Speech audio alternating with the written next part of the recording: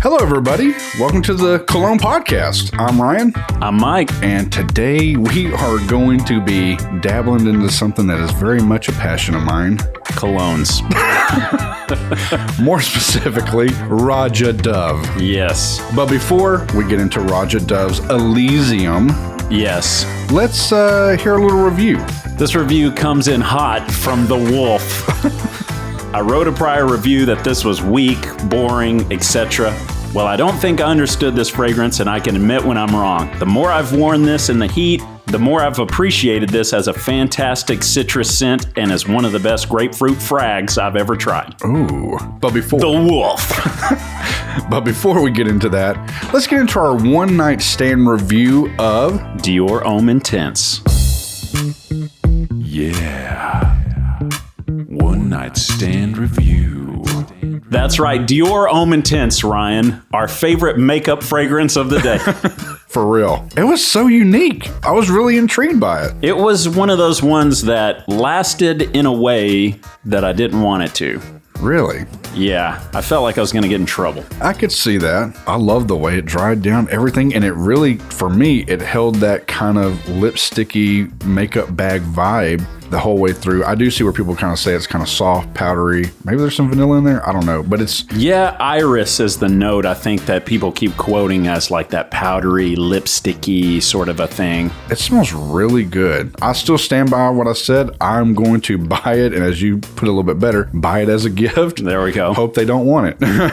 I actually went on to myfragrancesamples.com and went ahead and slid another sample into my DMs. Ooh. And again, if we were wrong about the previous episode about this, like somebody correct us or show us where, but from what we can gather, now you can get it online, but you can't just walk into a Dillard's or Macy's and just pick this up. I don't think we even had an easy time finding it online though. Yeah, it was weird. I mean, there's different versions of there's like the Dior Homme, Dior Homme Parfum, you know, and then there's Dior Homme Intense. But were you able to find a bottle of Dior Homme Intense to buy? I think I did. I don't want to misquote anything, but I think I did. You found it on eBay. It was a guy with a big trench coat. Yeah. He was wearing lipstick. At this point, I would caution people, make sure you really do your due diligence on what you're getting with it. But yeah, if I can find a real copy of this, I'm getting it, man. With that being said, that's our one-night stand review of Dior Homme Intense. And now we're going to get into the scent of the day, which is the real meat and potatoes of my day here. Yes. Roja Dove's Elysium. Elysium. We've been going on this journey. Well, I guess, you know what, before we get into the journey and talking about it, let's just go ahead and put this baby on us and talk about it and talk about him a little bit. Oh, yeah. Let's open up the hood. Let's rev the engine a few times. God bless, man. I see you winding up to make the pitch here. Ryan, go ahead. It smells like... And you kind of called it. We secretly smelled this actually the other day because we got it in the mail. We're like, Ryan couldn't wait. I didn't want to make him wait. Yes, I've been so excited for this. So we smelled this and a few other of his stuff. But this one, we were like, wow. And Mike was like, this smells like cucumbers. Yeah, it smells like right when it first goes on, smells like freshly cut cucumbers. And you wouldn't think that would be a great smell to put on, but it really is. It's not like a Bed Bath & Beyond Body Works over here. You know what I mean? Yeah. It smells like, in a weird way, masculine. It does. As masculine as a cucumber can be. But then it dries down, and again, Mike described this perfectly. It's everything a Ventus wants to be. Yeah, it's almost what I would imagine the people that get online and go, you know, that 2016 batch of Aventus, man, that's where it really kicks off. I think this is probably what it smells like. You said it best. It kind of does that smoky vibe. It does it better. It's not so over the top. Right. I mean, it does hang close to the skin. Yeah. But what's on the skin... Very nice. Very nice. The pitch of this is we're new to the fragrance world as a whole. We've always worn fragrances, but we haven't like dabbled into really like extending out and finding new things. And I feel like for me, when I stumbled across this guy is using social media better than any other brand. He's interacting with everybody. He seems super nice. He's also super passionate about his scents. I think the passion is what hooked you in. For sure. Like when he's describing these scents and like how he formulated this one or that one, he gives it a name and then he reverse engineers how to get there. Like who wears this and why, and he understands like what this scent would be represented by this oil or whatever. And the fact that he's so high end and luxury niche, some of his stuff and some of his lines. Now this one is like 300 something bucks American for a 50 ml or 100 ml. Which isn't incredibly expensive for a niche fragrance. Really, it isn't. It's quite a bit. He does have some in his other lines that he makes. They're like $3,500 for 100 ml. So this guy's like really over the top. That's like what I paid for my truck. But what really got, I think Mike's with me on this, what really got us really hooked is he also kind of shares some of his videos where he's making a brand new fragrance in front of God and everybody and shows you his process. You know, Ryan's up middle of the night, underwear, eating Cheetos, watching this guy, messaging me at 2 a.m. going, man, you got to watch him, the way he's swirling this Pyrex, tube or whatever it is. And sure enough, he sends me the link and I'm watching it for 15 minutes going, this guy is a Michelangelo of sorts. For real. This is like changed it up for me personally. It's an art. It really is. And that may sound a little cliche, but when I'm watching this guy concoct some stuff and how passionate it is like you're watching somebody do whatever, the 16, whatever it's called. What's it called? 16th Chapel or whatever? Sure. Let's go with it. You may cut that out. But it's like watching a famous painter like really put their heart and soul into something and you're seeing this masterpiece. Sistine Chapel. Sistine Chapel. There we go. But I'm blown away. But I used my mind for that, by the way. I didn't Google it. This fragrance is so different. It's taken me on a journey, and his other ones as well, which we'll get to in later episodes. But for him to have the passion he has and how high end this really is, but the fact that he interacts with his community, I've seen him under multiple reviewers that are small timers, and he's giving them love. And even when they're not giving him exact praise, he's not, trying to knock them down or try to get rid of them. He's saying, hey, I really appreciate your feedback, or I really appreciate what you're saying about this. Right. Yeah. This is not the guy that you're not allowed to say, I don't like that. Exactly. When he's creating something, it's almost like he knows who he's making it for. Yes. And when somebody that he knows he didn't make it for goes, it's not for me, he goes, I know. But in a very diplomatic way. He really does. And just to add to this and his approach to social media and how he interacts with I'm not trying to insult anybody, but I would consider myself a commoner, if you will. Sure. I'm nothing big. I would consider you one as well.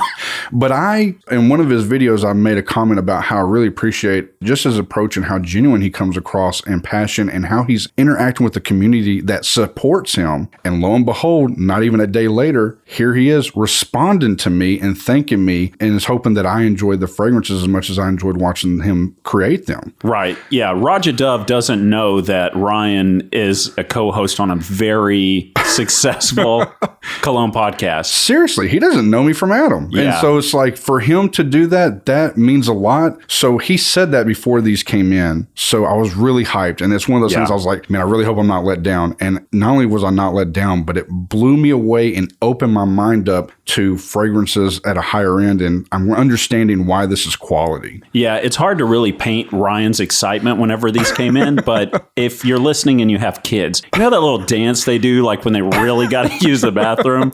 That's the dance he was doing when he saw the alert come through that said, hey, UPS just dropped this off. Yeah. And it was kind of like we were trying to do work and no, nothing else was going to get accomplished till Ryan could put his nose on that thing.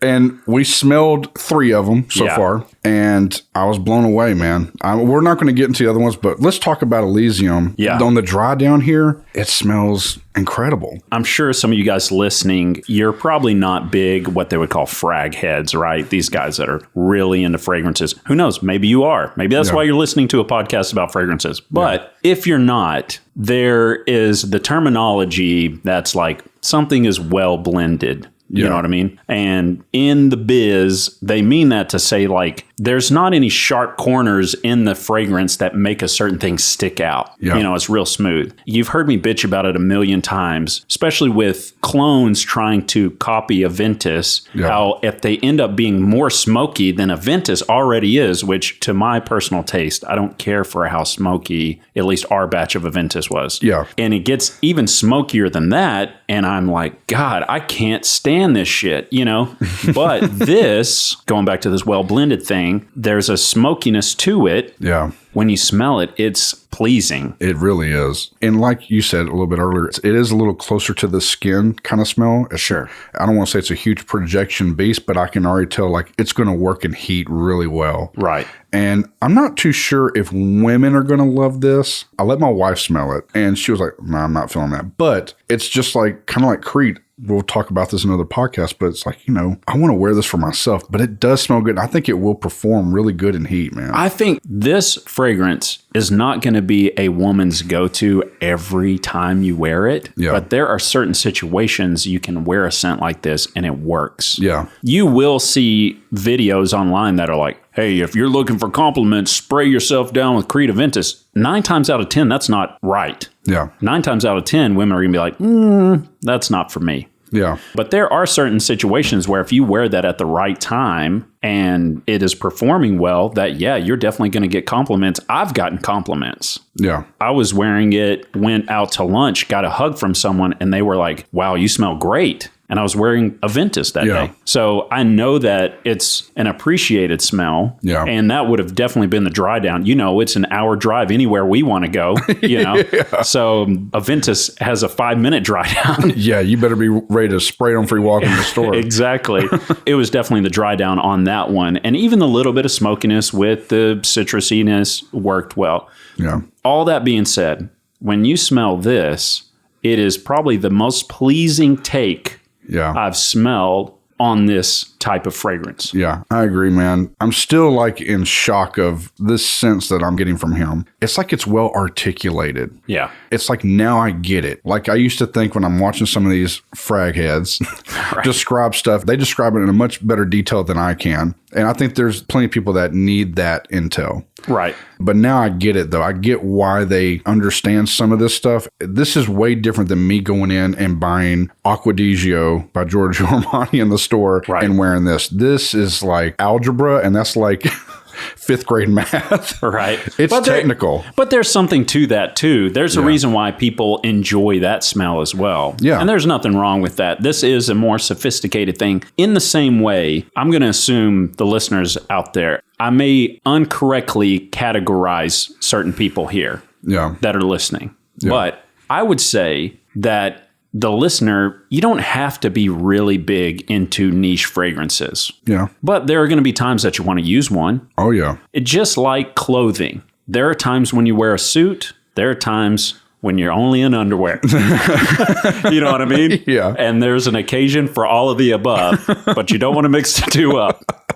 So that being said, I still appreciate a good designer fragrance. We've got a dry erase board full of designer fragrances we're about to review. Some we've smelled, some we haven't. Yeah. And I guarantee you there are going to be ones that we love in there. Yeah. So there's nothing wrong with them. But there is something special when you come across something that in this case is teetering the line of niche. Yeah. But is also close enough to the line that could be appreciated by a bigger majority than something that's hardcore niche like some of his other fragrances. Yeah, I definitely think this would be a more, we hear a lot, mass appealing. Yeah, crowd pleaser sort of a thing. Yeah, and it's a great scent. Yeah. So who do you feel is wearing this scent? I think out of the niche market, will we consider this niche? Sure. I do, like we were just saying, it's a crowd pleaser. I think this could be an everyday wear. Yes. And I don't mean that for a millionaire. Yeah, for a millionaire. For somebody that's got a lot of money, yes, this is an everyday wear. Yeah. I personally couldn't wear it every day, but I wish I could because it really is that good. It's amazing. Yeah, it is very refreshing. Very much like if you've ever gone to a place and they've had cucumber water. There's a place in Longview that does it, if you ever want to visit. And they're one of the only few places that I know do it. But every time I get it, I'm almost like shocked. And I'm like, oh, yeah, they do this. Yeah. I'm like, damn, I love this. There's something refreshing about it. There is like this brisk, herbal, produce, fresh cucumber vibe that hits right off the cuff, and then the citrus walks in, and then the smokiness walks in. And it's really elegant to me. Yeah. And this could be, I know I say everyday wear, but this could be suit and tie. This could be business, office, whatever. Yeah. It's not going to kick up a lot unless you're getting hot. Yeah. You know? So honestly, whenever I first smelt this, I was like, this is a good smoky vibe if you're wanting to be manly, sexy. Yeah. Hey, we're about to wrestle around in these sheets, babe, you know? And it's like, it's going to kick up there, but it's masculine enough, but it's not too smoky to where I'm like, somebody, when they get close to your skin and they can smell this, it's going to be a turn on. I agree. I seriously am thankful that I was exposed to this brand in general, because it really has opened up my thought on fragrances, especially in this kind of market. Seeing him paint the picture for each one of these, it really is mesmerizing to me. And I feel like I'm almost buying a piece of art. Right. I really mean that. I'm infatuated with this brand right now. Is this a skip it, sample it, or buy it? I don't think you're ready for what I'm about to say. This may end our relationship. It better be good, dog. Go ahead. I've already bought it. As a sample. Oh. As a sample. Really? Yeah. So I'm about to do a unsolicited plug right now.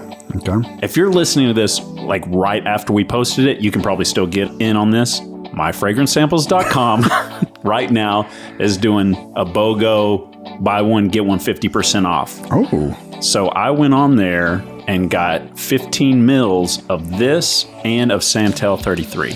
Dang. Yeah. I'm going to try these out as my summer fragrance. Man, that's a pretty good little deal. Yes, it is. That's amazing. I've already told... I told Mike, like, this is going to be my Christmas gift to me this year. I've told my wife, I was like, I don't care if I'm gifting it to myself and it's the only thing I get. I want Elysium.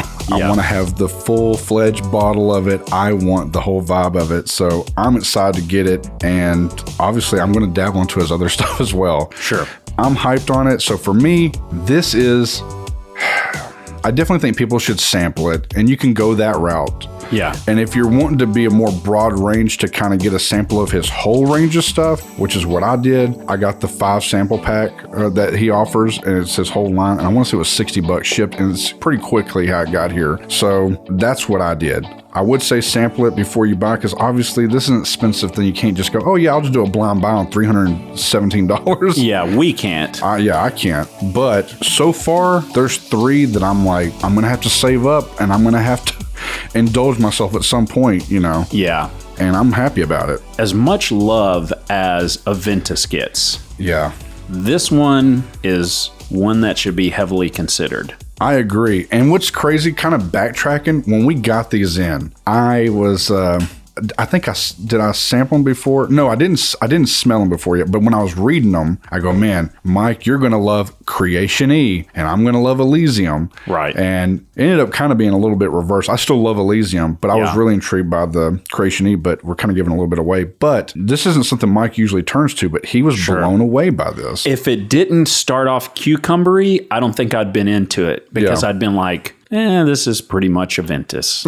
Yeah. A softer, better balanced Aventus. But there are, those notes, when it first hits your skin, and I'm sure if you put it on your clothes, well, let me smell. Yeah. I'm going to smell the tester. The tester still smells like it. Yeah. So you still get a little bit of that really fresh green sort of cucumber smell. Yeah. To me, that's what made it. It does. Because I don't want to be wearing a super loud, clean smell, a blue fragrance, as they call them. Yeah. Aquatic, whatever, for summer. That's just not my vibe. Yeah. You know, so if I'm going to be wearing something whenever it gets hot, I want something that's already kind of subtle, but interesting. Yeah. That way, if people catch it, it's kind of like, ooh, what is that? And not like, oh, that guy's wearing Aventus, like everybody I know, you know? Yeah. The more we've gotten into this, I'm not trying to knock on Creed here. Yeah. But this is the kind of stuff, like, I feel like this is where that kind of brand should be at. Like, this is just so elevated to me, man. I feel like if Erwin Creed was out there answering messages and all that stuff, it'd be a whole nother world. You think so? I think so. Yeah. I mean, if he was out there really being, other than hanging out with Jeremy Fragrance and smelling Date for Men or whatever it is, if he was out there being more, the guy seems like very well-to-do sort of a dude. Yeah. You know what I mean? So you connect with the perfumer, Roja Dove. Yeah. And because of that, his take on it's similar. Yeah. We can say that is going to be more palatable to begin with. But then when you realize the care and artistry that goes into it and you smell the fragrance, you pick up more. Yeah. I've said it before. When you pay more for something, you pay more attention to something. True. So in that way, when you get something like this, you're going to take time to smell the roses or cucumbers. And to really touch back again with Roja Dove's personality, I really do admire the love and passion he has for it. And even his story is that he really got into fragrances as a little boy when his mother would tuck him in and give him a kiss goodnight and all this stuff. He remembered what her smell was like and stuff. And then he obsessed with fragrances and different smells. I really do admire that. And I want to say he dropped out of medical school to pursue a career and this kind of stuff. Right. Then later on in life, he kind of paid homage to his mother just to know that he made a fragrance called like a Goodnight Kiss based on something that really drove him into his own passion. Man, I just have so much respect and admiration for it. Genuinely blown away by this guy. I have a lot of love for him, and I have not been let down on what I've smelled so far. I'm blown away. This has opened my mind up. Yeah, each one we've smelt from him has been unique in every way. Every way. You can tell that a lot of care goes into it. And Aventus has taken a lot of knocks from us, but it's still a badass fragrance. It is. And for the right guy that can pull that smokiness off,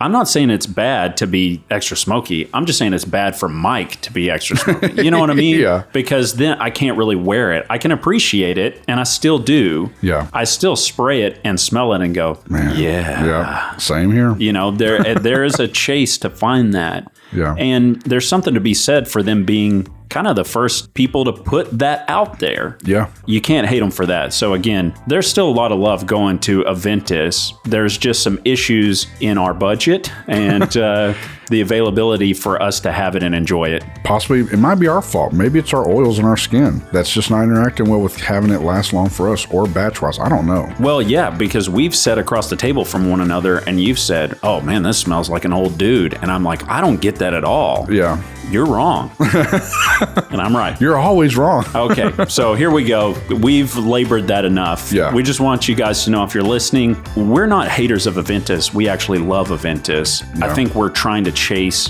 getting the perfect Aventus. Thank you. Yes. Yeah. And this is as close as you're going to get to it. Yeah. So with that being said, that's episode number 18. That's episode number 18, y'all. Yeah.